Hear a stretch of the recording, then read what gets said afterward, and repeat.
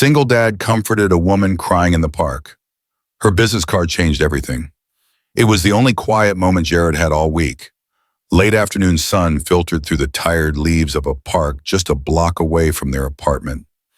His daughter Ellie sat cross-legged in the grass with a worn sketch pad and a stubby green crayon, humming a made-up tune. Jared leaned back on the bench behind her shoes, scuffed shirt collar, a little wrinkled arms resting loosely on the backrest. He looked like any other tired father, but he was happy. He was trying at least.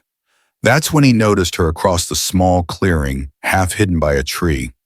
A woman in a tailored coat, her head bowed, hands gripping the edge of the bench beside her. Even from this distance, something in the angle of her shoulders, tight trembling, made his chest tighten. She was crying, not the loud kind, the kind people try to swallow. Jared shifted forward unsure. This wasn't his place. He didn't even know her. But Ellie looked up, followed his gaze, and whispered, "She's sad." Then without thinking, Ellie stood up. Crayon still in hand, she tore a sheet from her pad and marched toward the woman. Jared's heart thudded. Ellie, wait. But it was too late. The woman looked up in surprise as the little girl extended a crumpled drawing, a stick figure with a cape standing next to another smaller one with curls. "This is you," Ellie said, pointing. "You look like you need a hero." The woman blinked stunned, then smiled tearful. "Thank you," she whispered, her voice cracked. Jared approached slowly, apologizing under his breath. "I'm so sorry, but the woman shook her head. She was exactly what I needed." And then just as quickly, she stood up, rummaged in her coat pocket, and pressed a small card into Jared's hand. "If you ever need anything." She walked away without another word. Jared looked down. It was a business card, matte black. Simple gold lettering. Nora Bellamy, CEO, Arcadia Group. His heart stopped. Jared hadn't planned to get involved. He'd taught himself long ago not to intrude, not to pry. Life had a way of wearing down people's boundaries until even kindness felt like a risk. But there was something about the woman on that bench, something more than sorrow. She looked like she didn't know how to cry in public. Her posture was elegant, composed, but her eyes, red-rimmed and glassy, betrayed the truth. Her fingers twisted a tissue into sharp little shapes, and her lips pressed into a line like she was holding everything in. She wore confidence like armor, but today it had cracks. Jared hesitated for a second longer before Ellie made the choice for him. She tugged on his sleeve. "Dad, I want to give her something." He crouched to meet her eye level. "Sweetheart, she might want to be alone." Ellie looked at him with that wide, quiet certainty only a child can have. But maybe she's only alone cause no one sat with her yet. And then she walked slow, steady steps toward the woman. Jared followed a few feet behind just in case. He was ready to apologize, to gently pull Ellie back. But he didn't need to. Ellie stopped in front of the bench, holding up her paper like an offering. "Hi, I drew this." The woman blinked, startled out of whatever shadow she was lost in. Her eyes met Ellie's, then lowered to the paper. It was a picture of two stick figures, one taller, one smaller, holding hands beneath a big scribbled sun. The taller one had a blue triangle on its chest. A cape. "She's you," Ellie said, pointing proudly. "'Cause heroes cry too sometimes." The woman let out a shaky laugh, a wet sound, fragile. Her fingers reached slowly for the drawing as if it were made of glass. "You drew this for me." Ellie nodded. "You look like your heart was tired." Tears slipped silently down the woman's cheek now, but her smile, small broken reality, the moment like dawn. "Thank you," she whispered. Jared stepped forward gently, ready to smooth things over. "Sorry about that." She's not shy. But the woman shook her head quickly. "Don't apologize. That may have been the kindest thing anyone's done for me in years." She folded the paper delicately, tucking it into her purse like a keepsake. Then she turned to Jared. "You're her father?" He nodded. "You raised a remarkable girl." Jared smiled softly. "She's got a lot of her mom in her." The woman's expression shifted, something deep and unreadable in her eyes, but she didn't press. Instead, she reached into her coat, pulled out a sleek black card, and placed it in Jared's palm. "I don't usually cry in public," she said almost sheepishly, "and I never give out my card like this. But if you ever need anything, really call." Then she stood, nodded once, and walked away with quiet grace. Jared looked down at the card. Gold lettering, minimal design, elegant. Nora Bellamy, CEO, Arcadia Group. His breath caught. He looked at Ellie, who was now chasing a pigeon like nothing monumental had just happened. Jared shook his head, smiling in disbelief. Only his daughter could turn a stranger's breakdown into the beginning of something extraordinary. Jared turned the small rectangle of cardstock over in his hand again and again, as if expecting it to transform. Maybe sprout wings, or vanish. Anything but sit there, stubborn and real, with its clean serif font, an impossible name. Nora Bellamy, CEO, Arcadia Group. No title, no motto, just presence. He'd heard that name before. Everyone had. Arcadia Group wasn't just a company, it was a force. Real estate tech startups, healthcare investments. They touched everything. Controlled quiet corners of the city with the kind of influence you didn't notice until it affected you. Nora Bellamy was the woman behind it all, young for a CEO, brilliant, famously untouchable. And somehow Ellie had handed her a drawing like she was any other woman on a bench. Jared exhaled and tucked the card into his back pocket. "Don't get ideas," he murmured to himself. But all evening his thoughts kept circling back to the moment. Not because she was a billionaire, not even because of the card, because of the look in her eyes. It wasn't power that sat on that bench. It was real and heavy. She had looked like someone who'd lost something she couldn't name out loud. He knew that feeling. Later, as he tucked Ellie into bed, she blinked up at him sleepily. "Did she like my drawing?" "She loved it," he whispered. Ellie yawned. "Good, because I think she needed it." He paused. "Why do you think that?" "Because she was holding her tears like you do. All tight in her eyebrows." That made him chuckle and ache a little. After she fell asleep, Jared sat at the small kitchen table with a cup of instant coffee, staring at the cardigan beneath the soft hum of the fridge. He didn't belong in her world. He fixed furnaces and hung drywall for landlords who didn't pay on time. He brought Ellie to job sites because he couldn't always afford the sitter. He rode a second-hand bike and patched the tires with duct tape and prayer. But she hadn't laughed at him. She hadn't recoiled or dismissed. She had simply said, "Call me," not with pity, with intention. He reached for his phone, then stopped. No, not yet. Let her moment stay what it was, a quiet crossing of paths. No expectations, no strings. But just in case, he tucked the card in a drawer where he kept spare keys, old batteries, and things he couldn't throw away. Because some cards didn't belong in the trash, some moments didn't either. Jared wasn't the kind of man to Google people. He didn't have the time, the curiosity, or the energy most days. The only tabs open on his old laptop were job boards, a budgeting spreadsheet, and Ellie's school newsletter.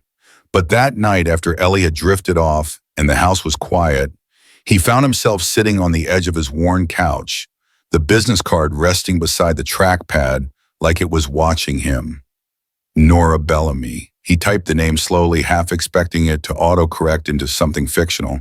But the results exploded onto the screen. Nora Bellamy, 34, is the founder and CEO of Arcadia Group, featured in Forbes 30 Under, and again in their Women to Watch, known for building billion-dollar companies from the ground up, famously private, rarely gives interviews. Once walked away from a merger because the other CEO interrupted a grieving employee. There were glossy photos from galas and business summits, Nora in tailored suits and midnight gowns, always poised, always surrounded by men twice her age trying to match her stride. But Jared kept scrolling until he found something quieter, a candid shot. Nora at a children's hospital, crouched beside a young boy with tubes in his arms. She wasn't posing, just holding his hand, forehead bent to his. There was something in her face, stillness, sadness, the same look she had in the park. Jared leaned back and ran a hand over his jaw. He'd been kind to her because she looked like she needed it, not because of who she was. But now knowing the scope of her world, it felt like that moment in the park had been something rare. Two people from opposite ends of life colliding for a breath. And then there was Ellie's drawing, how gently Nora had taken it, how tightly Chet held it as she walked away. He could let it go. He should have. But something about her face and something in him wouldn't let it rest. He clicked open a new note and wrote, "Even the people who build empires sometimes need a place to fall apart." He didn't know why he wrote it. Maybe it was just for him. Or maybe if he ever called the number on the card, he'd read it to her, just to let her know he saw her that day. Not the CEO, just the woman on the bench. It was Saturday morning when Jared saw her again, though this time it wasn't by accident. He was outside the local library with Ellie helping her fasten the strap on her tiny pink helmet. Their usual Saturday ride library park dollar store for a sticker or two if the week had been good. And this week somehow had been good. Until he looked up and saw her. Nora. Not in heels, not in silk or wrapped in the armor of power. Just jeans, a soft gray sweater, and sunglasses she didn't need on a cloudy day. She stood beside a city bench, sipping coffee from the place across the street, the same cafe Jared always passed because the prices made him wince. He blinked. She offered a small smile. Timid, measured. Not at all the face of a woman known for boardroom takedowns and billion-dollar deals. "Hi," she said as he walked Ellie over, hand on her shoulder. "Hi," Jared echoed. "Library day, I was just passing through," Nora said. "Saw the bikes, recognized the helmet." Ellie grinned. "It has glitter now." Nora crouched. "I love it. Makes it easier to spot you, you know, just in case someone's looking for a superhero." Jared's brows lifted. He wasn't suspicious, not yet, but his gut told him this wasn't a real coincidence. She straightened again, sipping her drink. "Look, I hope this doesn't seem weird, but I was hoping I'd run into you." He raised an eyebrow. "Okay, yes, it's not a coincidence," she admitted, hands up. "I may have called the library. Asked about story time. They said it was Saturdays, I guessed." Jared chuckled, folding his arms. "That's some effort. I didn't want to call. That felt too," she searched for the word, "formal, cold, like business. But I'm not here for business." He waited. "I wanted to say thank you for the park." And her voice softened, "for raising a girl who gives drawings to strangers." Ellie tugged his sleeve. "Can we go inside, Daddy?" He nodded. "Go on, sweet pea. I'll be right behind you." As Ellie ran toward the glass doors, Jared turned to Nora. "You didn't need to thank me. People help people. That's the rule. I don't live in a world where that's assumed. You should." Nora smiled, a slow, fragile thing. "I also wanted to ask," she said carefully, "would you and Ellie want to join me for lunch? Something casual, pizza even." He tilted his head. "Just pizza. No secret meetings, no contracts. Just two adults. A kid, a booth somewhere with crayons on the table." He stared for a moment, then nodded slowly. "Okay, but Ellie picks the toppings." Nora laughed. "Fair. He'll try not to cry over pineapple." They exchanged numbers. No fanfare, no press, just a quiet promise. Sometimes the most important meetings don't happen in offices. They happen outside libraries with coffee in hand and a kid in glitter. Jared didn't know he was being interviewed. He thought it was just lunch, a follow-up to a strange kind encounter. Pizza with a powerful woman who happened to show up twice in his otherwise very normal life.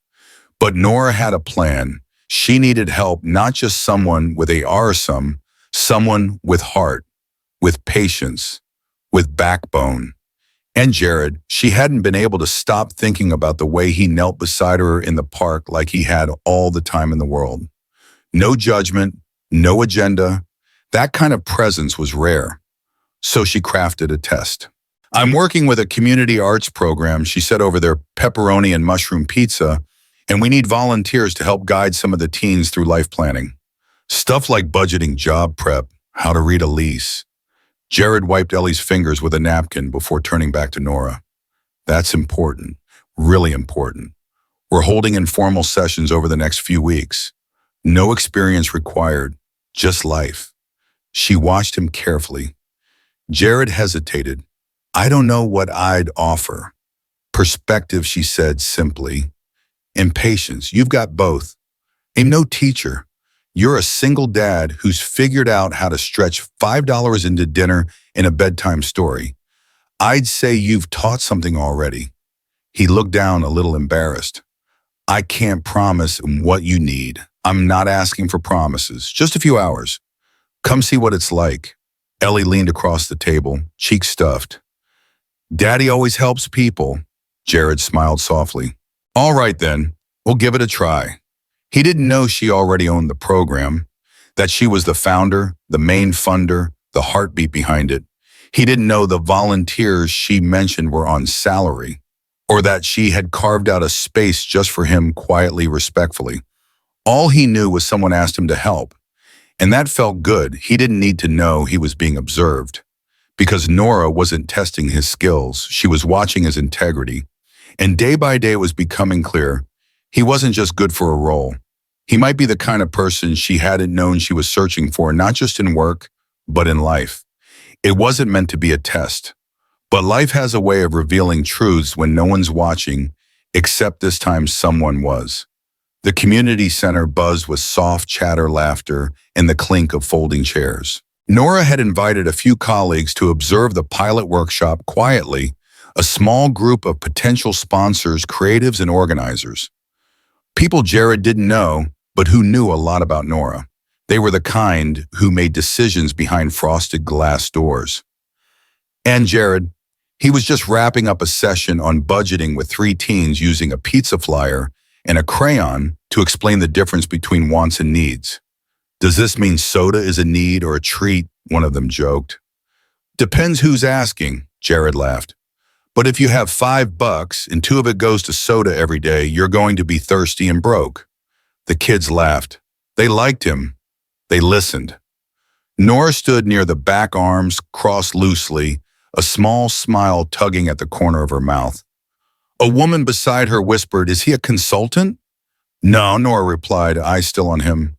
"He's real." After the session ended, someone Nora had invited approached Jared, a man in a crisp blazer who looked like he hadn't smiled since 2004.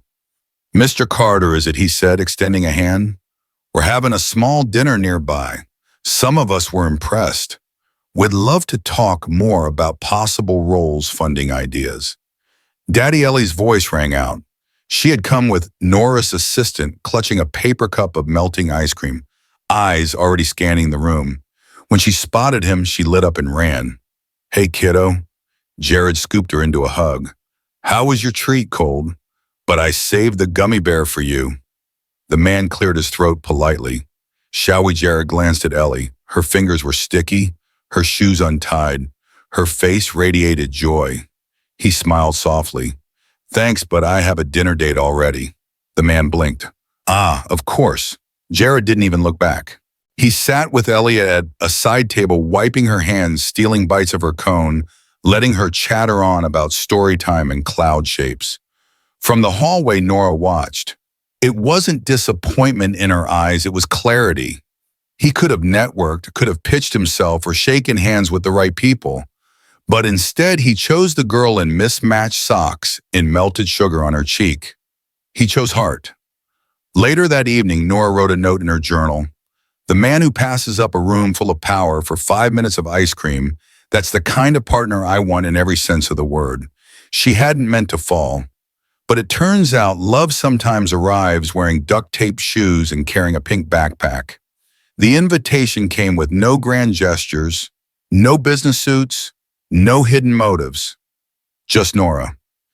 She asked Jared to meet her at the garden behind the old library, the one with ivy-covered benches and a fountain that never quite worked. He showed up in his usual hoodie, Ellie's drawing poking out of his back pocket. Nora was already there waiting. "I figured you'd show," she said softly. Jared nodded. "You said it mattered." "It does." A silence stretched between them. Not awkward, just careful. Like both of them knew this conversation could shift something big. I haven't been completely honest with you. She started, her voice steady but quiet. He raised a brow. I'm not just a volunteer or a guest speaker, she continued. I'm the founder, the primary funder, actually. The business card I gave you, she hesitated. I didn't mean for you to call, but I hoped you would. Jared blinked slowly, absorbing the words. His expression didn't change much, but something behind his eyes did. A door just barely opened. I wanted to know if you'd accept an offer, she said, standing straighter now. A position full-time, paid, benefits, not just to help at the center, but to co-lead the next expansion. Build something real, with structure, stability. She met his gaze. And not just for the job, Jared, for Ellie, for you. He didn't answer right away. Instead, he looked out toward the street where a bike rack stood empty.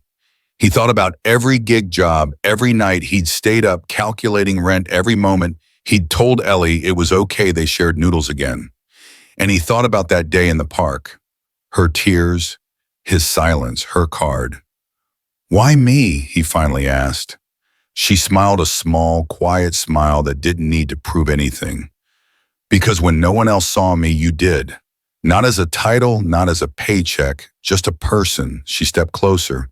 And I want to return the favor. He looked down, then back at her. This isn't a handout, it's a doorway. And if I say no, then I'll thank you for your kindness, she said gently, and buy you coffee again sometime. No strings. He laughed just a little. You're relentless. No, she said, her voice softening. I'm just certain. Jared took a breath.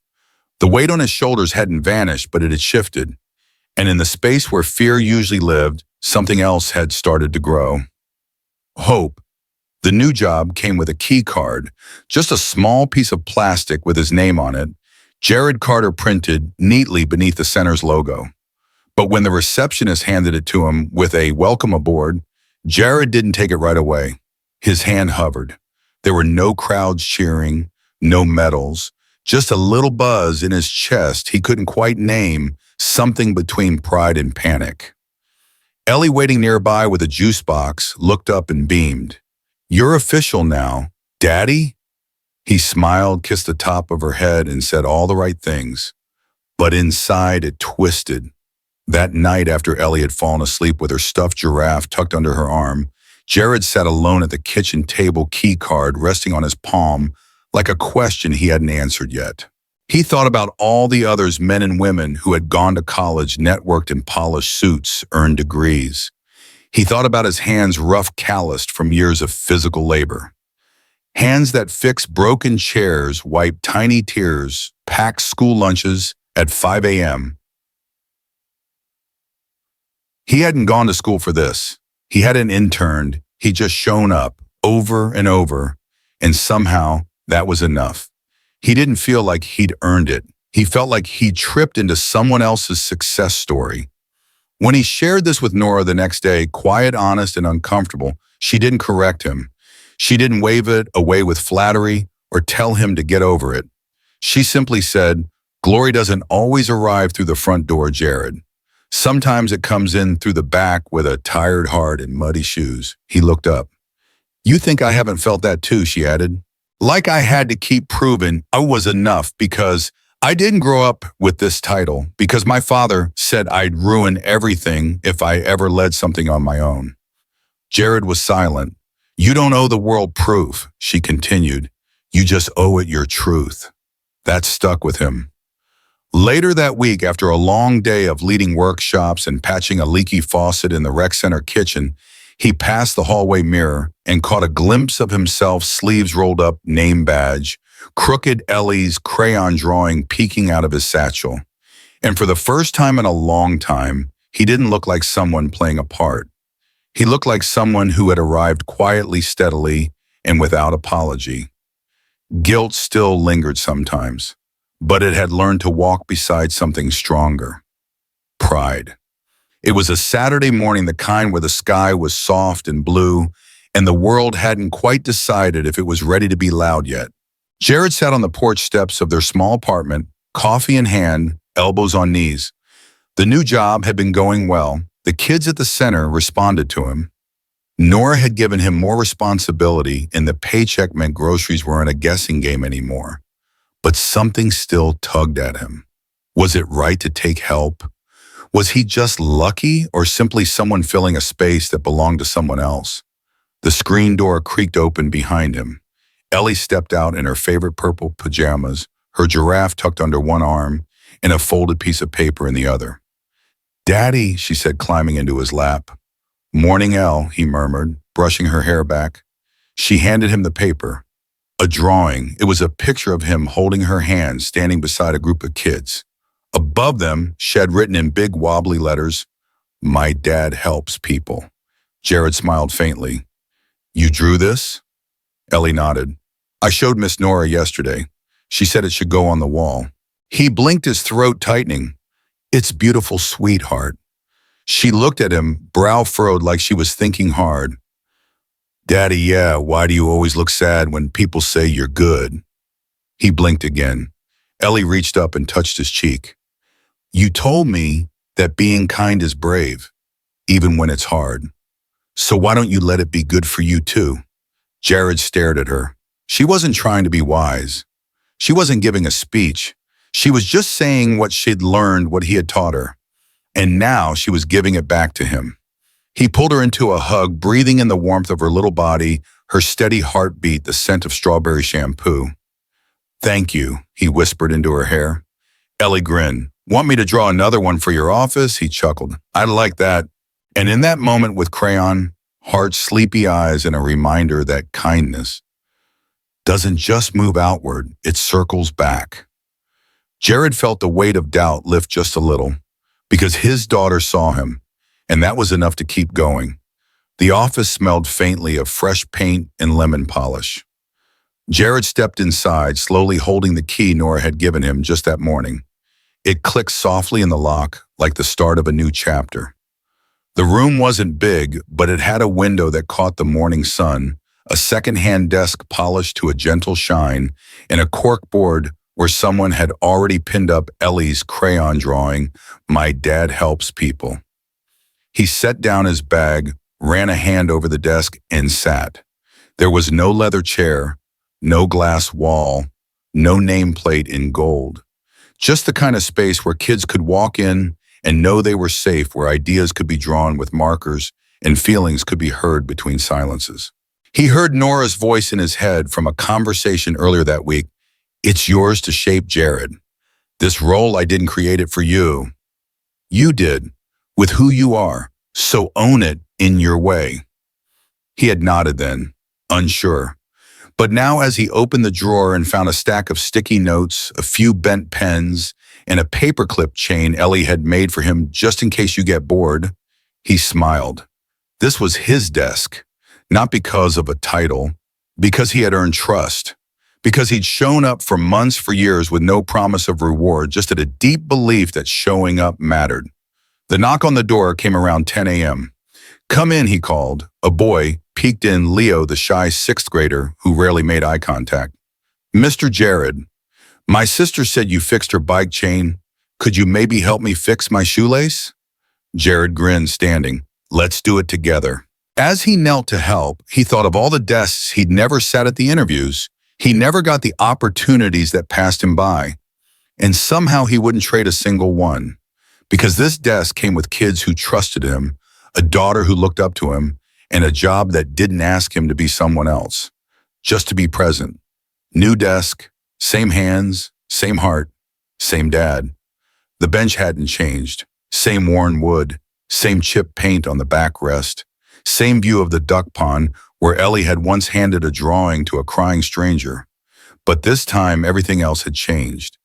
Jared sat on one end, brown bag in hand, 2 sandwiches cut diagonally because Ellie said that's how nice people eat. He wore a clean button-up sleeves, rolled a pen still clipped to the front pocket. His shoulders sat higher now, not heavier, just stronger. Nora arrived 5 minutes late, breathless, but smiling, a paper cup of coffee in one hand and her heels dangling from the other. She kicked them off fully and joined him barefoot in the grass. "No boardrooms today," he teased. "No heels required," she smiled back, relaxing beside him. They ate in comfortable silence for a while, listening to the rustle of trees and the far-off giggles from kids near the swings. I almost didn't come, Nora said eventually. Jared glanced over. Why? She looked out across the water. Because I wasn't sure who I was to you now, or who you were to me. I thought I might ruin it. He set his sandwich down carefully. You didn't, Nora turned toward him. You've changed, Jared, he nodded. I hope I have. But not the important parts. No, she said softly. Those are still the same. You still listen, you still show up. But now you also take up space like you believe you belong. He looked at her for a long moment. I've had some help, he said quietly. She smiled. I never forgot that day, he continued. You were crying. I didn't know why. I just knew I couldn't walk past. Nora's voice lowered. That was the loneliest day of my life. He studied her face, not the sharp businesswoman from the card, but the human being beside him.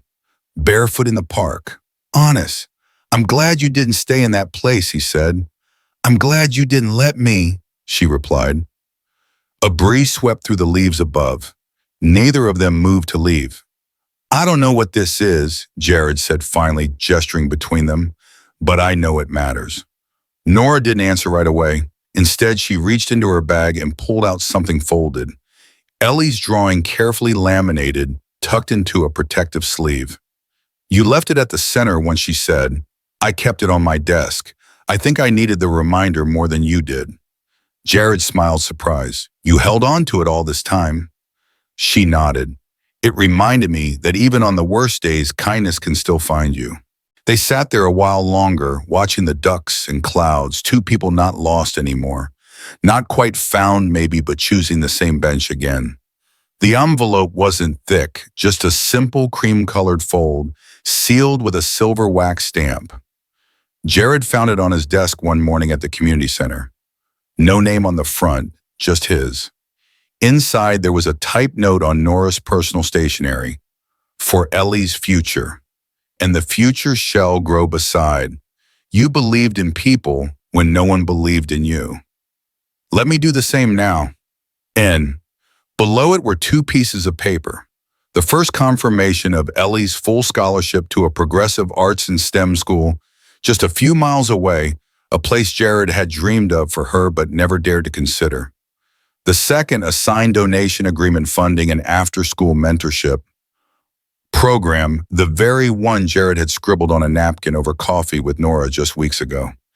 His hands trembled holding the papers. This wasn't charity. It was belief. That afternoon, he found Nora outside helping unpack folding chairs before the weekend's community movie night. She was wearing jeans and a hoodie with the rec center's faded logo on it, hair tied up, sleeves rolled. You could have told me, he said softly, holding up the letter.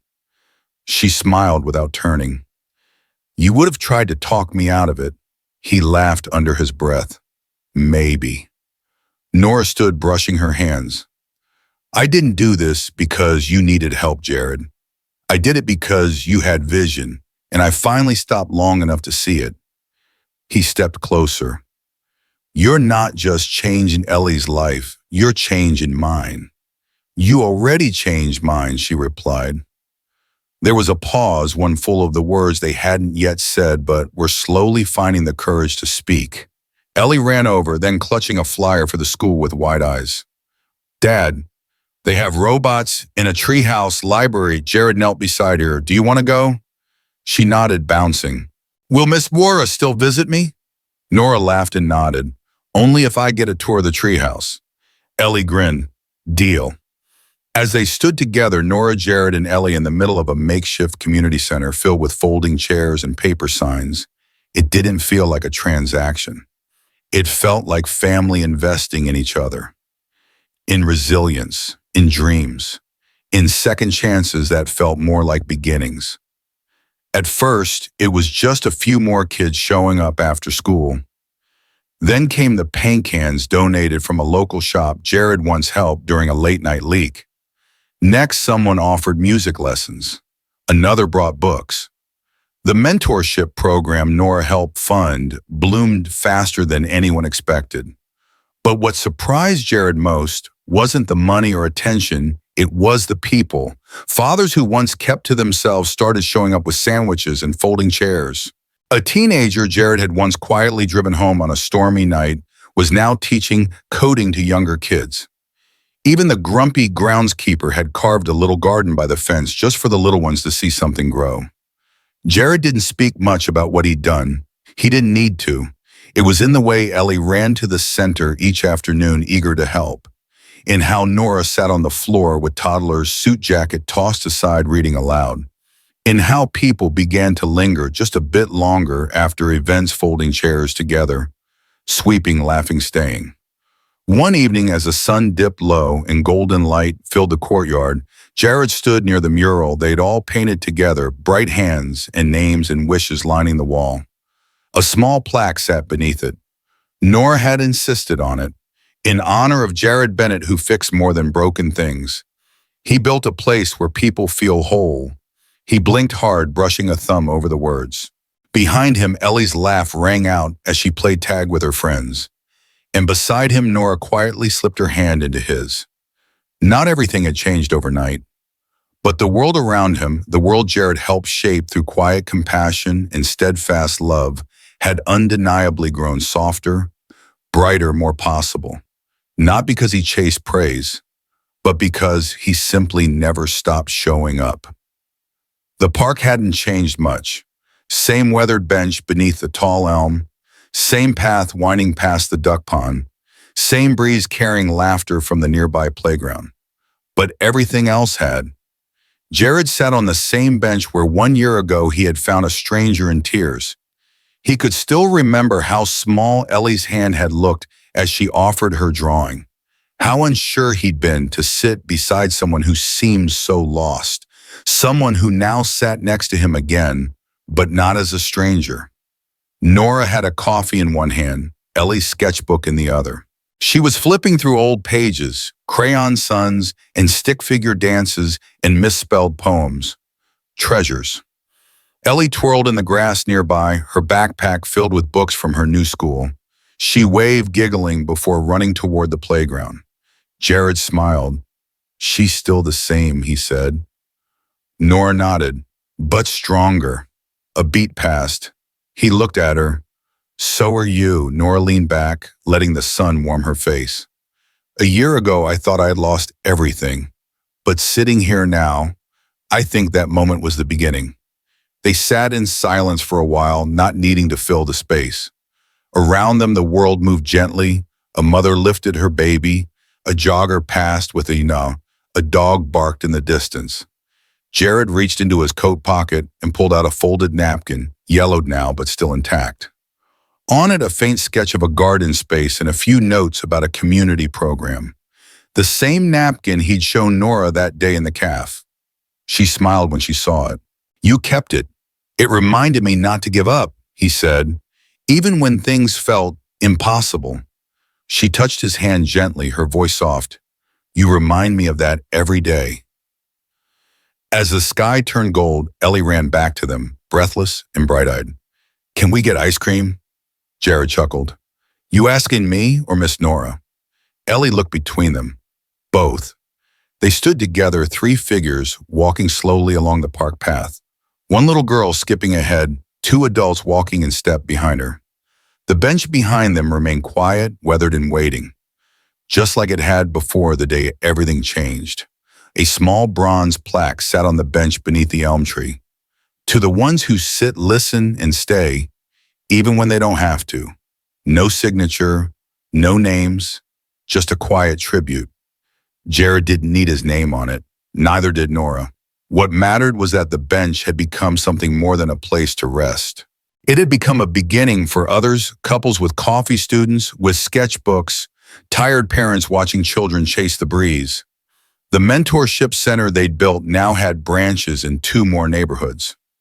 Nora's foundation quietly supported single-parent grants. Ellie. She was the reason they'd started a little weekend art club.